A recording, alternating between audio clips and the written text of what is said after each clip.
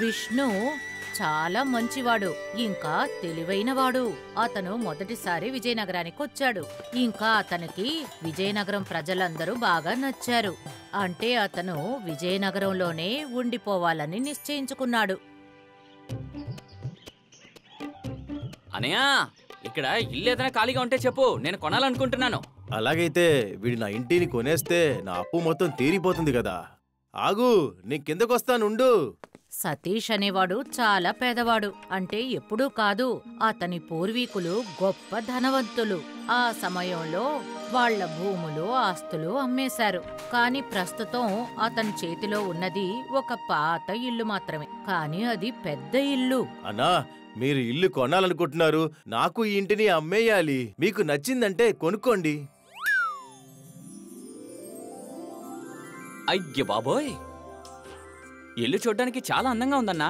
కొంచెం పాతదే అయినా పర్వాలేదులే. అయితే ఈ ఇంటిని ఎందుకు అమ్మాలనుకుంటున్నావు?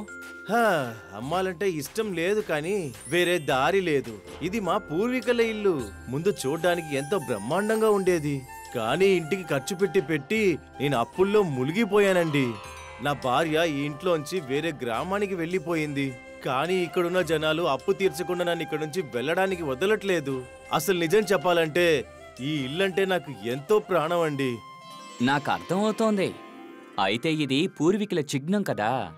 అవునన్నా, కానీ ఇప్పుడు ఎటువంటి దారి లేదే. ఎలాగైనా మీరు ఇంటిని కొన్నారంటే నేను అందరి అప్పుల్ని తీర్చేస్తాను. అలాగే నేను వెళ్ళి నా కుటుంబంతో కలిసిపోతాను.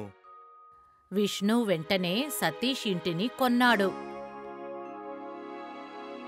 సతీష్ ఎంతో మనసు భారంతో తన ఇంటిని ఆశగా ఒకసారి చూసుకున్నాడు. ఆ తర్వాత శాశ్వతంగా ఆ గ్రామాన్ని విడిచి వెళ్ళిపోయాడు. అతను వెళ్ళిపోయాక విష్ణు ఆ ఇంటిని శుభ్రం చేసి ఆ ఇంటికి మరమ్మతులు చేశాడు.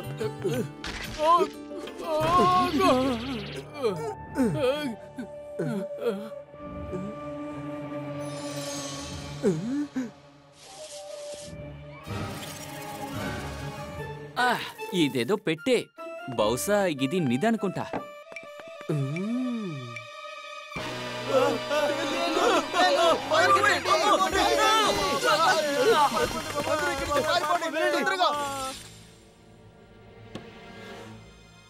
అసలు ఏం పెట్టిది? పెట్టె తెరిస్తే తేళ్లొస్తున్నాయి. అయితే దీని వెనక ఏదో రహస్యం ఉంటే ఉంటుంది. చాలా తేళ్లున్న ఆ బాక్స్ ని చూసి విష్ణు ఆలోచించడం మొదలుపెట్టాడు. ఆ తర్వాత బాక్స్ ని తీసుకుని విజయనగరంలో ఎంతో వృద్ధుడైన ఇంకా తెలివైన వ్యక్తి దగ్గరికి వెళ్ళాడు. స్వామి, ఈ పెట్టె నాకు సతీష్ గారి ఇంట్లో దొరికింది. నేను సతీష్ కోసం ఎక్కడెక్కడో వెతికాను, కానీ నాకు అతను కనిపించడం లేదు. ఇప్పుడు ఈ చిక్కుని మీరే విప్పాలి స్వామి. అడుగు బాబు. ఆశ్చర్యకరమైన విషయం ఏంటంటే ఈ పెట్టె నిండా బోల్డన్ని తేళ్లున్నాయి.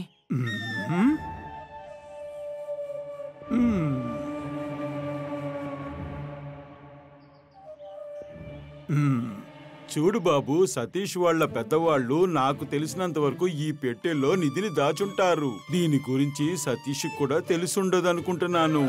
అరే రే స్వామి, ఇందులో నిధి లేదు, ఏమీ లేదు. పెట్టె నిండా తేళ్లున్నాయి.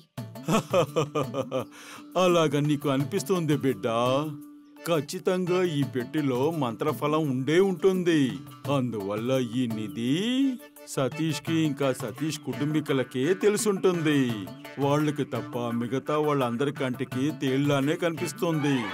బాబా చెప్పిన మాటలు విని విష్ణు ఆలోచించసాగాడు. పాపం ఆ సతీషు, తన పూర్వీకులు తనకంటూ ఒక నిధిని వదిలిపెట్టి వెళ్లారని తెలుసుంటే అనవసరంగా తను ఇల్లు అమ్మి ఉండేవాడే కాదు. సతీష్ పరిస్థితిని చూసి జాలిపడి విష్ణు ఓ నిర్ణయానికొచ్చాడు. అదేంటంటే ఆ పెట్టెని భద్రపరచాలని. ఎప్పటి వరకు అంటే ఆ నిధికి సంబంధించిన నిజమైన యజమాని వచ్చి తీసుకునేంత వరకు. కొన్ని రోజులు గడిచాక విష్ణు ఆ ఇంట్లో దుకాణం తెరిచాడు. ఆ తర్వాత ఇంట్లో దొరికిన పెట్టెలోంచి 4 తేళ్లను తీసి దుకాణంలోని 4 మూలల్లో ఉంచాడు. కొన్ని రోజుల తర్వాత విష్ణు దుకాణం విజయనగరం మొత్తం తేళ్లున్న దుకాణం అని ప్రసిద్ధి చెందింది. అతను విజయనగరం ప్రజలతో త్వరగా కలిసిపోయాడు. అతని మంచి నడవడిక వల్ల కొంతమంది విష్ణుకి స్నేహితులయ్యారు. కొంతమంది అతన్ని చూసి ఈర్ష్యపడ్డారు. మెల్లమెల్లగా ప్రజల మనసులోంచి తేళ్లున్నాయన్న భయం పోయింది. తన దుకాణంలో విష్ణు బాగా వ్యాపారం చేసి సంపాదించాడు. కానీ అంతకంటే మంచి విషయం ఏమిటంటే అతను గొప్ప ధనవంతుడయ్యాక కూడా పేదవాళ్లకు సాయం చేయడం మర్చిపోలేదు. ఈ విధంగా ఎన్నో సంవత్సరాలు గడిచాయి. విష్ణుకి బాగా వయసైపోయింది. కాని ఎవరూ ఆ తేళ్లతో నిండిన పెట్టెను తీసుకోడానికి రాలేదు.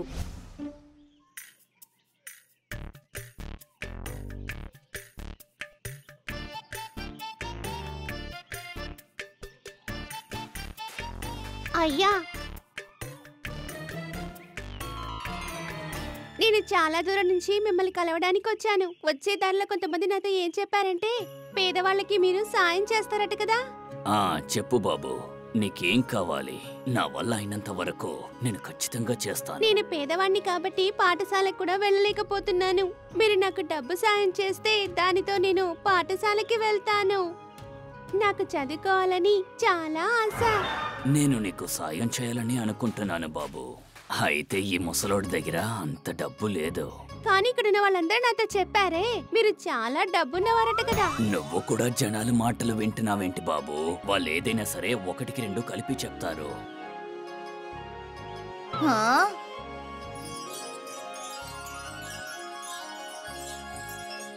మీకు సాయం చేయడం ఇష్టం లేకపోతే మొహం మీద చెప్పొచ్చు కదా. అబద్ధం చెప్పాల్సిన అవసరం ఏంటి?